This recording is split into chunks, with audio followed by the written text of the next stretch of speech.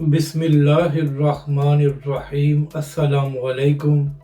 मैं हूं अली असगर और आप देख रहे हैं मेरा यूट्यूब चैनल।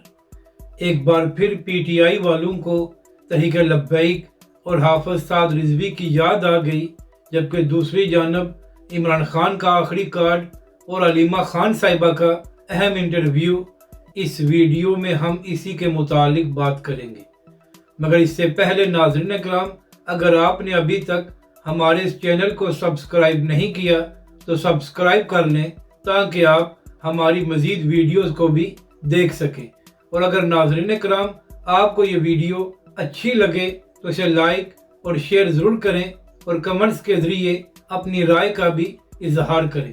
तो नाज़रीन कराम, जिस वक्त इमरान खान की हुकूमत के ख़िलाफ़ तहरीक अदम एतमाद आई थी तो उस वक्त इमरान खान साहब ने ये कहा था कि मेरे पास एक ऐसा आखिरी पत्ता है कि जब वो मैं खेलूंगा तो सारी गेम तब्दील हो जाएगी। इसी तरह वो यूट्यूबर और सहाफ़ी जो पीटीआई और इमरान खान की लाइन लेते हैं उनकी जानब से भी बड़ा शोर मचाया गया कि जब इमरान खान साहब अपना आखिरी कार्ड खेलेंगे तो उसके बाद ये सारी गेम तब्दील हो जाएगी और इमरान खान की हुकूमत कहीं नहीं जाने वाली। तो फिर नाज़रीन कराम, सब ने देखा कि ना सिर्फ इमरान खान की हुकूमत गई बल्कि इसके बाद इमरान खान साहब खुद जेल में चले गए और फिर जो कुछ पीटीआई के साथ हालिया इंतखाबात में हुआ वो भी सबके सामने है। मगर इसके बावजूद इमरान खान साहब का वो आखिरी कार्ड सामने नहीं आया। तो नाज़रीन कराम, अब जो 24 नवंबर को पीटीआई की जानब से प्रोटेस्ट किया गया था, एक तो वहाँ पर जो कुछ तहरीक इंसाफ के कारकुनों के साथ किया गया वो तो जुल्म है और उसकी सब मजम्मत कर रहे हैं, मगर दूसरी जानब जिस तरह एक बार फिर पीटीआई के रहनुमा अपने कारकुन को छोड़कर वहां से भाग गए हैं तो उसके बाद सोशल मीडिया पर तहरीक इंसाफ की क़यादत पर तनकीद हो रही है। तो अब इसी हवाले से इमरान खान साहब का एक और बयान सामने आया है। नाज़रीन कराम, कल अलीमा खान साहिबा ने इमरान खान साहब के साथ मुलाकात की थी और इस मुलाकात के बाद मीडिया से बात करते हुए अलीमा खान साहबा ने कहा कि इमरान खान साहब ने ये पैगाम दिया है कि उनके पास एक आखिरी कार्ड मौजूद है और जब वो कार्ड खेलेंगे तो उसके बाद गेम तब्दील हो जाएगी। तो लगता यह है कि नाज़रीन कराम, एक बार फिर इमरान खान साहब ने अपने कारकुनों को हौसला देने के लिए ये बयान दिया है। जबकि दूसरी जानब नाज़रीन कराम, आज अलीमा खान साहबा ने इंटरनेशनल मीडिया को भी एक इंटरव्यू दिया। तो नाज़रीन कराम, वहाँ पर अलीमा खान साहबा से ये सवाल किया गया कि जो पीटीआई का ये दावा है कि डी चौक में उन पर गोलियां चलाई गई, तो आपके ख्याल में इसका जिम्मेदार कौन है? तो इसका जवाब देते हुए अलीमा खान साहबा ने कहा कि डी चौक में जो तहरीक इंसाफ के कारकुनों पर गोलियां चलाई गई हैं, इसके जिम्मेदार शहबाज शरीफ, आर्मी चीफ और मोहसिन नकवी हैं। जबकि दूसरी जानब नाज़रीन कराम, अभी तक सोशल मीडिया पर तहरीक इंसाफ यही दावा कर रही है कि डी चौक में उनके सैकड़ों कारकुनों को शहीद किया गया है। तो नाज़रीन कराम, यहाँ पर अहम बात यह है कि खैबर पख्तूनख्वा में पीटीआई की अपनी हुकूमत है और जो लोग डी चौक में प्रोटेस्ट कर रहे थे उनमें भी 90% लोग खैबर पख्तूनख्वा से आए थे।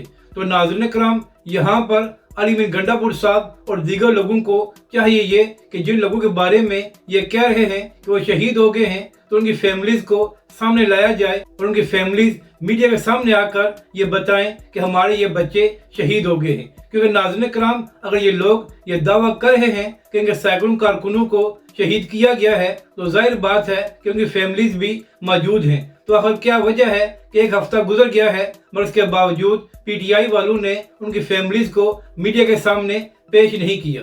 जबकि दूसरी जानब बैरिस्टर गौहर ने मीडिया से बात करते हुए ये कहा था कि अभी तक जो कन्फर्म हुआ है उसके मुताबिक हमारे 12 कारकुन शहीद हुए हैं। मगर नाज़रीन कराम, यहाँ पर हुकूमत का दावा यह है कि पीटीआई का एक कारकुन भी शहीद नहीं हुआ। तो नाज़रीन कराम, अगर यहाँ पर हकीकत पर मबनी बात की जाए तो यही बात है कि ना ही हुकूमत पूरा सच बोल रही है और ना ही पीटीआई वाले पूरा सच बता रहे हैं। और नाज़रीन कराम, चंद दिन पहले ये भी खबर सामने आई थी कि इमरान खान साहब की जान को जेल में खतरा है और उनके जेल सेल में ऐसी स्प्रे की गई है जिसकी वजह से उनका ज़हनी तवाज़ुन भी बिगड़ सकता है। तो इस हवाले से भी बात करते हुए बैरिस्टर गौहर ने कहा है कि इन खबरों में कोई हकीकत नहीं है और ये सारी खबरें फेक हैं। मगर नाज़रीन कराम, अहम बात यह है कि ये सारी खबरें खुद पीटीआई वालों ने सोशल मीडिया पर پھیلائی تھی۔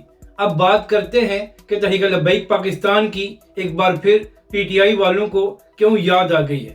ناظرین کرام، یہاں پر اہم بات یہ ہے کہ جب عمران خان کی حکومت میں تحریک لبیک پاکستان نے فرانس کے معاملے پر پروٹیسٹ کیا تھا تو اس وقت تحریک لبیک پاکستان کے 40 سے زائد کارکن شہید اور سینکڑوں کارکنوں کو زخمی کیا گیا تھا۔